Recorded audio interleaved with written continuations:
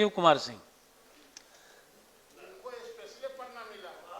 सभापति महोदय, सबसे पहले तो आपके प्रति आभार, आसन के प्रति आभार प्रकट करता हूं कि आज सत्रारंभ के पश्चात शून्यकाल और ये गैर सरकारी संकल्प नए स्वरूप में सभी माननीय सदस्यों को दिया गया है, लेकिन नवल भाई का छूट गया है। कृपया कल से याद रखा जाएगा, इसके लिए बहुत बहुत आभार महोदय। ये कभी कभी हमारे चैम्बर में भी होता है, तो आके चैम्बर में कर लेंगे हमसे। सभापति महोदय, को तो मिला ही है।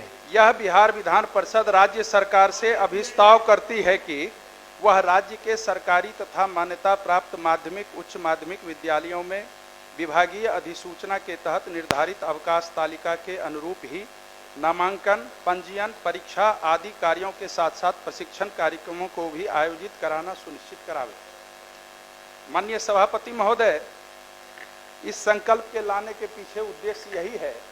प्रशासकीय विभाग शिक्षा विभाग है, लेकिन बिहार विद्यालय परीक्षा समिति द्वारा चाहे वो मासिक परीक्षा हो या वार्षिक परीक्षा हो या सेंटअप परीक्षा हो, विभाग द्वारा यूडाइस कोड का कार्य हो, पंजीयन कार्य हो, परीक्षा प्रपत्र भराने का कार्य हो, आए दिन लगभग 5-7 वर्षों से देखा जा रहा है विभागीय जो अधिसूचना है, जो निर्धारित अवकाश तालिका है, उसकी अनदेखी करके बिहार विद्यालय परीक्षा समिति भी और विभाग भी, एक बिहार शिक्षा परियोजना है, एक SCERT है, राज्य शिक्षा एवं शोध संस्थान, शिक्षण प्रशिक्षण संस्थानों में छुट्टी में ही चलाती है।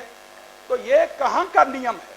एक तरफ प्रशासकीय विभाग छुट्टी निर्धारित करती है, दूसरी तरफ छुट्टी के दिन परीक्षा लिया जाता है। सामान्य प्रशासन का सभापति महोदय पत्र है बिहार सरकार का, मंत्री महोदय, जो कि अगर छुट्टी के दिन कोई भी कार्य किन्हीं से लिया जाएगा तो 1 दिन के बराबर वेतन दिया जाएगा। काहे नहीं क्षतिपूर्ति दिया जाता है? उसके बदले एक और विकल्प है, अगर छुट्टी के दिन कोई भी कार्य होगा तो उसके लिए अतिरिक्त अवकाश देय होगा, लेकिन कहीं कुछ देय नहीं होता है। पिछले साल ग्रीष्मावकाश की चोरी कर ली गई। मतलब हम इस शब्द को इसीलिए कह रहे हैं, सभी सदन जान रहे हैं, सदन में भी ये बात उठी थी, ग्रीष्मावकाश में छात्र छात्राओं के लिए अवकाश निर्धारित था और शिक्षकों को ग्रीष्मावकाश में सिर्फ स्कूल में बैठने के लिए कहा गया। तो ये क्या क्या विभाग में हो रहा है।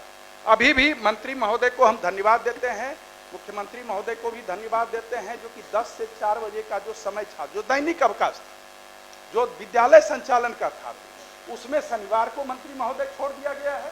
शनिवार को मुख्यमंत्री महोदय ने विधानमंडल में ही कहा था, आपने भी कहा था, शनिवार को सब दिन हाफ डे होता था। तो ये सब जो हो रहा है, कम से कम इसको आप माननीय मंत्री जी के लिए कुछ छोड़िए। महोदय विभागीय स्तर पर ये स्पष्ट मंत्री महोदय कर दें, चूंकि मैं कोई ये संकल्प लाने की जरूरत ही इसलिए हुई, जो कि जो सामान्य प्रशासन विभाग का निर्देश है उसके तहत या तो क्षतिपूर्ति उनको अवकाश दें या तो उनको 1 दिन के बराबर वेतन दें, नहीं तो आप ये निर्धारित कर दें जो शिक्षा विभाग का अवकाश है उस अवकाश के दिन कोई भी कार्य नहीं होगा, चाहे विविध प्रोत्साहन योजना हो वो भी खोल दिया जाता है। छठ के दिन पूजा है, लोग अर्घ देने जाएंगे, उस दिन ऑनलाइन आप नामांकन कीजिए, रजिस्ट्रेशन कीजिए, अब टीचर वहां बैठे रहेंगे, तो छुट्टी क्यों दे? तो मंत्री महोदय इसको संजीदगी से सहानुभूति ठीक है, बोल रहे और शनिवार को हाफ डे को देखा।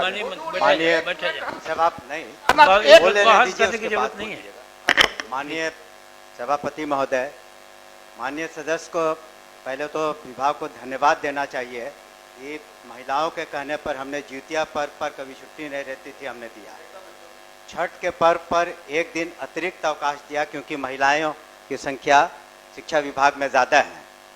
तो इसका भी उनको जिक्र करना चाहिए कि अगर हम लोग संवेदनशील नहीं रहते तो छठ पर अतिरिक्त, जबकि वो सरकारी घोषित नहीं सरकार, लेकिन नहीं।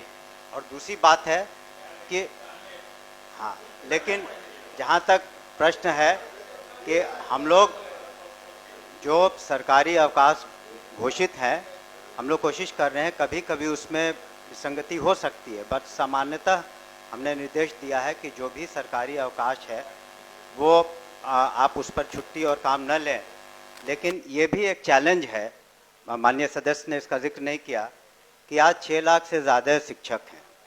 जब 6 लाख शिक्षक को आप सोच लें कि अगर मुख्यालय में SCRT में ट्रेनिंग करानी हो और सभी डायट्स में जो जिलों में ट्रेनिंग करानी हो और एक सिर्फ 5 ही दिन एक सप्ताह में और साल में 2 बार करानी हो तो कुछ व्यवधान बीच में आएंगे, कुछ व्यवहारिक कठिनाइयाँ आएंगी।